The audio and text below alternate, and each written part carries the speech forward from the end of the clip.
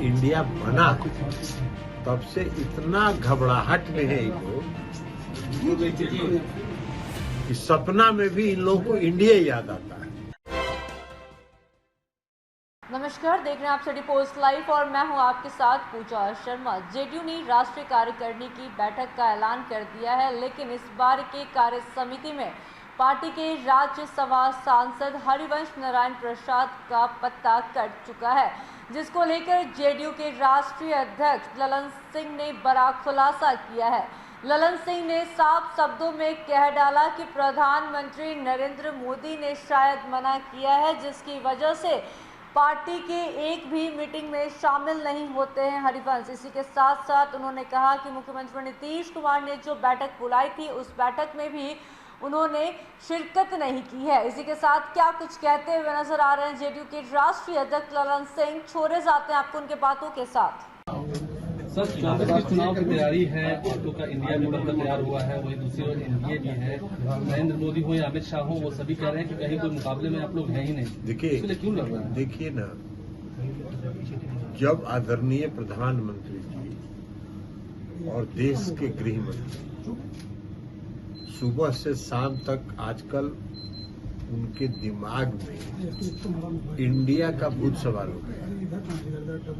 जब से इंडिया बना तब से इतना घबराहट में है ये लोग कि सपना में भी इन लोगों को इंडिया याद आता है, क्योंकि गद्दी अब जाने वाली है। तो गद्दी जाने वाली है तो ये घबराहट में जो सुबह से शाम तक ये बोलते रहते हैं, उसका कारण ये है कि वो हताशा में है, घबराहट में। अब आप बताइए कि संसद में अविश्वास प्रस्ताव पर बहस हो रहा है, तो अविश्वास प्रस्ताव पर जो भी कोई पार्टी ने कोई बात रखी तो सरकार के कार्यक्रम की, सरकार की आलोचना की लोगों ने। तो जब आदरणीय प्रधानमंत्री जी जवाब दे रहे थे तो उनको अपने जो 9 साल में किए गए काम की न चर्चा करते कि हमने ये किया, हमने ये किया, तो वो कुछ तो है नहीं उनके पास, क्योंकि 9 साल में कुछ किया ही नहीं उन्होंने। 5-7 साल तक तो वो उज्ज्वला योजना, आयुष्मान भारत का डंका पीट लेते।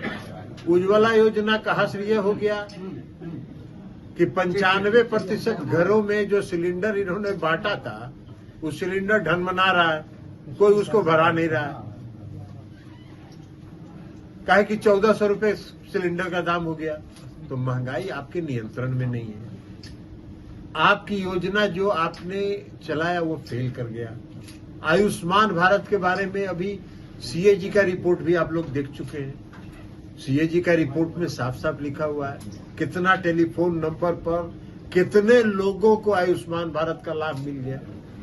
तो ये सारी योजना, तो कोई काम तो उन्होंने किया नहीं, तो कोई अपना बखान तो कर नहीं रहे थे और अपने किए गए काम की चर्चा कर नहीं रहे थे। तो 1.5 घंटा तक भाषण जो दिए वो इंडिया गठबंधन पर दिए। घमंडिया गठबंधन है तो फलाना गठबंधन है। अरे कुछ भी गठबंधन नहीं तो फैसला जनता न करेगी। 2024 में जनता फैसला करेगी।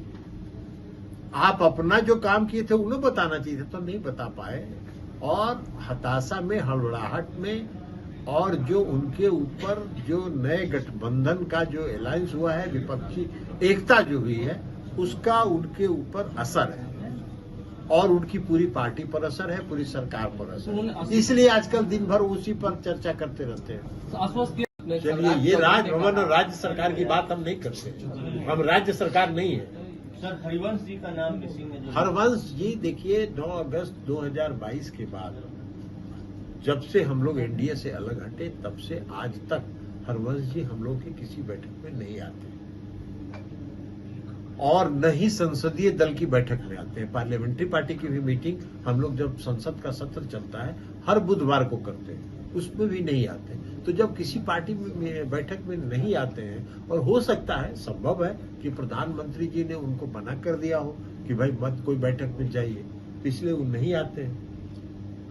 हालांकि यह भी सत्य है कि उपसभापति कोई भारतीय जनता पार्टी ने उनको नहीं बनाया है। उपसभापति भारतीय जनता पार्टी को तो राज्यसभा में बहुमत है नहीं।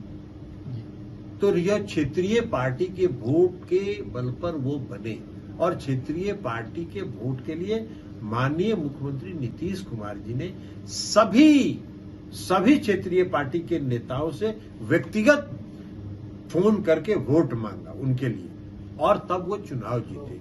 लेकिन हो सकता है कि उनको प्रधानमंत्री जी ने 9 अगस्त 2022 के बाद जब हम लोग एनडीए से अलग हट गए और महागठबंधन में आ गए तो उसके बाद सरकार ने उनको कहा होगा कि किसी बैठक में नहीं जाइए, तो इसलिए वो बैठक में नहीं आते हैं, आते ही नहीं है, आते ही नहीं है बैठक में, ये तो वो बता सकते हैं। टेक्निकली तो अभी वो जदयू से बाहर नहीं जा सकते, तकनीकी रूप से तो जदयू से बाहर नहीं जा सकते, बैठक में नहीं आते। त्यागी भी तो ज्यादातर बैठक में नहीं, केसी त्यागी हर बैठक में आते हैं। किसने कहा आपको? कहाँ से आप ये सूचना ग्रहण कर रहे? ये सूचना आपको कहाँ से ग्रहण हुआ? केसी त्यागी जी पार्टी के नेता है और हर संसदीय दल की बैठक में भी आते हैं। सर एक सवाल है सर कि पद की कोई